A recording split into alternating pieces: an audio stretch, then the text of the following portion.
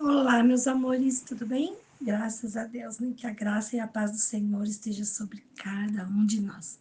Estamos aqui mais um dia, aprendendo um pouco da palavra do Senhor. Hoje o Senhor vai falar ao nosso coração sobre arrependimento. O título da nossa mensagem é Jesus nos chama ao arrependimento. Vamos ver o que ele tem para nos ensinar hoje, que é tremendo e o mais importante, muito necessário. A palavra está em Mateus 9, do versículo 10 ao 13. Diz assim, Mateus 9, 10 ao 13, diz assim: Estando Jesus em casa, foram comer com ele e seus discípulos muitos publicanos e pecadores. Vendo isso, os fariseus perguntaram aos discípulos dele: Por que o mestre de vocês come com publicanos e pecadores? Ouvindo isso, Jesus disse: Não são os que têm saúde que precisam de médico, mas sim os doentes. Vamos aprender o que significa isso. Desejo misericórdia, não sacrifícios, pois eu não vim chamar justos, mas pecadores ao arrependimento. Amém? Olha que coisa mais linda. Então, Jesus está numa casa com seus discípulos, os escolhidos, e junto com eles, publicanos e pecadores. Aí vem os fariseus. Quem são os fariseus na Bíblia? Fariseus são os mestres da lei, aqueles que se achavam os mais santos possíveis. Eles eram os que mais pecavam. O Senhor, Jesus os chamou de hipócritas, porque são aqueles que conhecem a verdade, a palavra, e não praticam.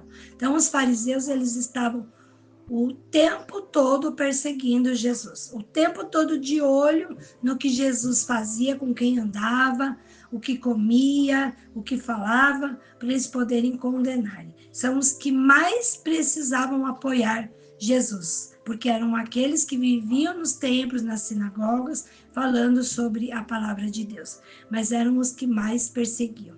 E aqui eles perguntam, os fariseus, os sacerdotes, perguntam para os discípulos por que Jesus andava com publicanos e pecadores. Os discípulos, porém, não foram perguntar para Jesus: Mestre, por que o Senhor anda com pecadores e com publicanos?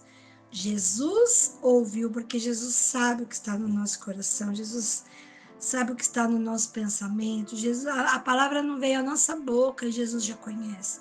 Jesus, sabendo que eles estavam com essa grande dúvida, foi lá e respondeu ele mesmo.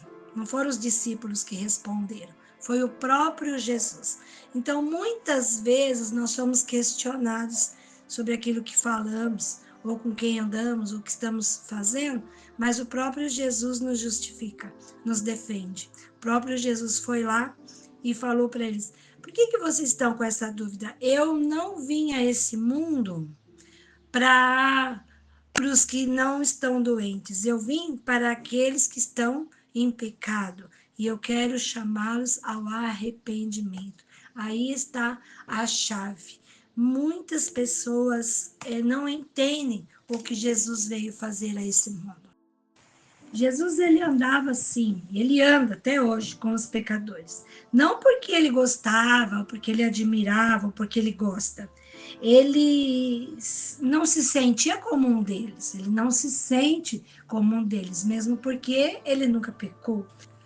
O amor de Jesus, até hoje, como sempre foi, ele nos constrange, mas ele nos liberta, ele nos inspira em nossos pequenos atos.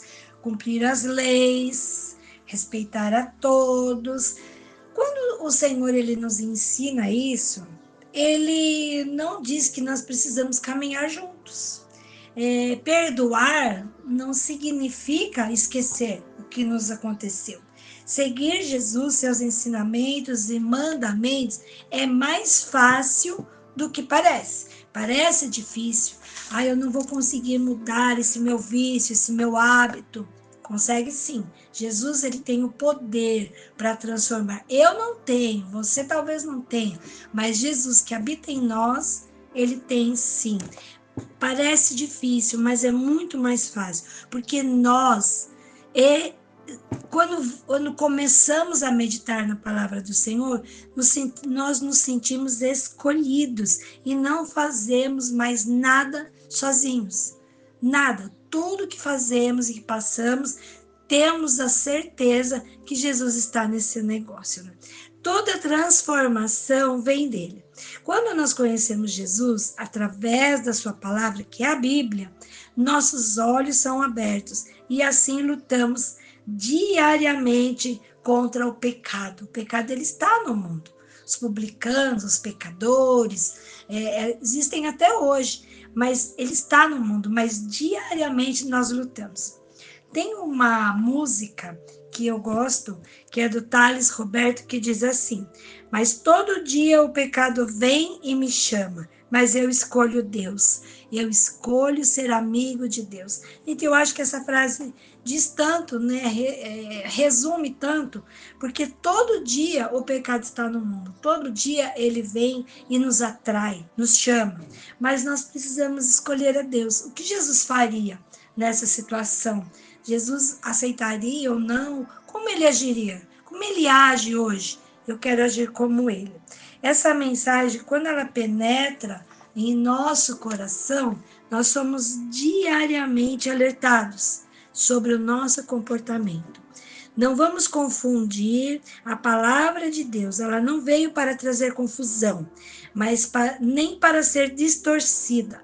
Ela veio para nos libertar de nós mesmos. Sempre são as verdades que Jesus veio nos ensinar que nos constrange. Essa análise depende de nós, depende da profunda reflexão sobre nós mesmos. É individual, é indispensável, mas nem eu nem você precisa passar por isso sozinho. Gente, isso é tão maravilhoso, porque é uma análise que nós fazemos sobre nós mesmos, sobre tudo que nós fazemos, todas as nossas atitudes, por menor que elas sejam. Quando erramos, que todos nós pecamos. A Bíblia diz que o homem que diz que não peca, já pecou, porque a mentira é um pecado, já está mentindo. Todos nós pecamos. O inimigo, ele nos atenta todos os dias, mas nós escolhemos Deus. Eu quero falar um pouco com vocês sobre algo que eu aprendi ao longo da minha caminhada com Jesus. Eu já vivi muitas dessas situações.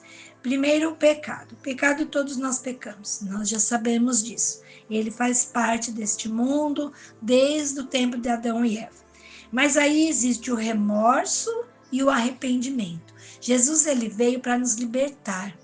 Como ele faz isso? Através da revelação do nosso pecado e através do arrependimento, não do remorso. Vamos falar um pouquinho sobre a diferença. Remorso.